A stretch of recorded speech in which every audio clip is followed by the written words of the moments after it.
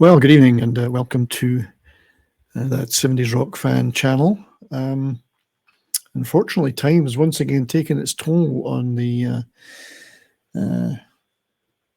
community of artists who I grew up watching and following their careers. And the latest is the passing at age 90 of fellow Scotsman actor David McCallum. Just a few days after his 90th birthday. But David McCallum was a highly successful, Scottish actor with a long stage and screen career behind him for over 6 decades, in fact, which is remarkable, and is in a select few of many of his contemporaries, in fact, of course, and from the British side, and particularly Michael Caine and so on. All having exceptionally long careers too, and Terence Stamp, guys like that. But born in September 19th, 1933 in Glasgow, I certainly grew up in my childhood years watching several of his television and shows and movies. And whilst 90 is a fair age, it's obviously sad to lose anybody. But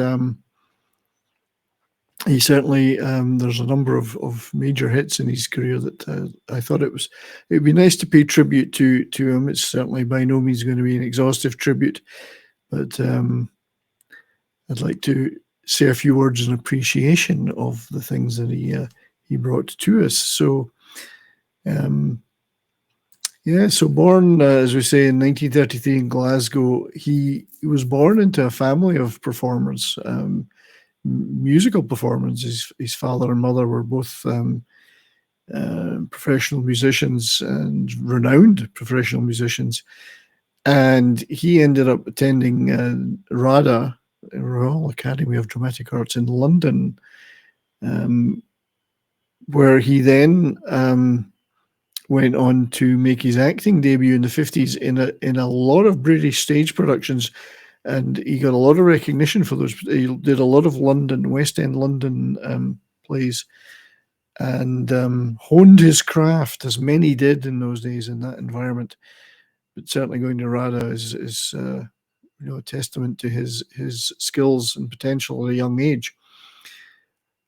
In 1957, though, he started to move into more movie roles and catch the attention of a wider audience. And one of those, which is a movie, if you've never seen, is well worth a look, is 1957's Hell Drivers, which is a gritty British crime thriller set in the trucking industry.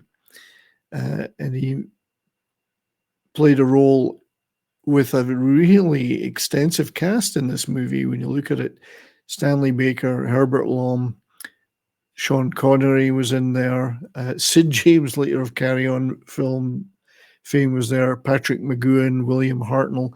So quite an extensive cast and a great environment to learn your film skills in. Here he is from a shot in the movie. It's a really, 1957 may seem too old a movie to watch for many people, but it's actually a really gritty and hard-hitting thriller. So a British movie we used to get a lot of back in those days. So from there, he also went on to have a supporting role in a film that Terence Stamp has certainly become well known for. One of it, I think it may have been his big movie break, which was Billy Budd in 1962. Playing obviously a nautical theme, but it's actually a really good movie too if you watch it with a lot of great actors like Ustinov and Robert Ryan.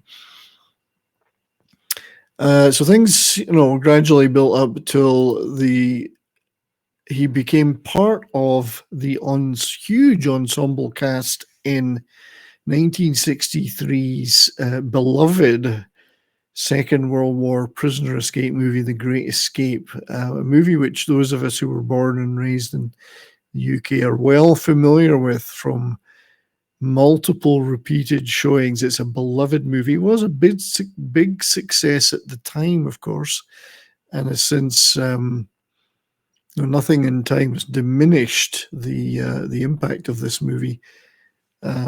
He got to act well. Actually, his role was interesting because he was a Air Force Lieutenant Commander Eric Ashley Pitt, who was in charge of dispersal, i.e., how are we going to get rid of the dirt from the tunnels we're digging? So, it's an ensemble movie, but he certainly made an impression in it and got to star with some of the biggest stars in the world. So the likes of Steve McQueen, obviously, Charles Bronson, and there's this Bronson connection because David McCallum was married for years to Jill Ireland, and then she and he split, and she ended up marrying Charles Bronson, and I do not believe there was any particular hard feelings over that. There's an interesting little connection there between the two, as well as starring together in this movie, of course. So, great movie. I actually have spoken to many people, younger people who've never seen it or heard of it, but if you're into Second World War movies and you're into big ensemble dramas, you can't do much better than The Great Escape. Fantastic movie, and hugely popular. One of my favorites, all-time favorites. So from there, though, international recognition beckoned, and he went on to play what probably would be considered his most iconic role, which is as Russian agent in Illya Kuryakin in The Man from U.N.C.L.E, which certainly as a young chap growing up in the 60s and 70s and reruns in the 70s was a show I was absolutely fascinated with and thrilled to watch anytime it was on. Great spy thriller, obviously, shades of Bond, but he became a huge international star with a huge following. With his blonde hair and blue eyes, he had a lot of the romantic following, but became internationally famous. Magazines, all sorts of coverage, made him a huge star, and it's still a fun show. All those gadgets and just loads of great stuff about it. So I've looked back on that very fondly, and of course it was very exciting to see a Scottish actor getting such a prominent role in an American network broadcast. So yeah, moved. I had a 4-season run, but made him a huge international star, and it's still probably his most remembered role till the 2010s, of course. But yeah, as we can see, kind of captivating look, and such a 60s, such a big part of the 60s, The Man from U.N.C.L.E, and that very hip, cool, swinging 60s era. There he is with Robert Vaughn. Great stuff. Fantastic stuff. So, following The Man from U.N.C.L.E, he continued to work in a lot of TV and movies. One show in particular I also recall from my younger days in the 70s, which was massively popular in British television, was Colditz, where he once again played an Air Force officer in the infamous German prisoner of war camp. Again, with a very strong cast, dramatic subject matter, and I also have fond memories of the show too. It was exceptionally well done, and he was a big part of that.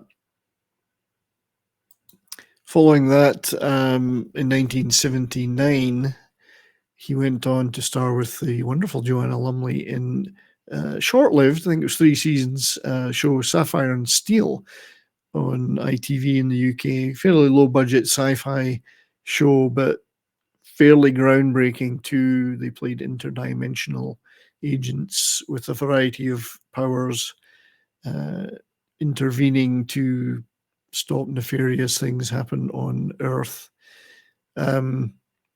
As I say, a low budget show, but great scripts, fantastic acting, and McCallum, again, at the peak of his stardom, particularly in the UK here, which the show was extremely popular, and I certainly thoroughly enjoyed it at the time. He continued to work on a number of things. He did a lot of voice acting, appeared on a lot of TV shows and movies, but he regained some fame and success in the 2010s when he played Dr. Donald Ducky Mallard in the exceptionally long-running and extremely popular hit series NCIS, which I have to say I have not seen that many of. Not necessarily my cup of tea, but it was fantastic to see him have this level of success again later in his career.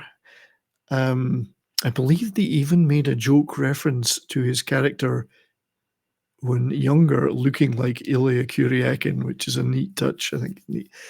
So great for him to have that success in later years. Long run on that show, and I believe it's a extremely popular show. So yeah, David McCallum, 1933 to 2023. Left a lot of years of dedication and hard work, some fantastic roles in some properties that will always be remembered, and some IPs that will always have a place in many people's hearts, and captivated a lot of people with his performances. So rest in peace, David, and thank you for all that great work, which lightened up many of our lives. So anyway, thank you very much for watching this short tribute to David McCallum. I appreciate you very much watching it. Stay tuned to the channel for more stuff coming up soon, more videos, more live performances. But till then, I hope you all stay well. Thank you for watching.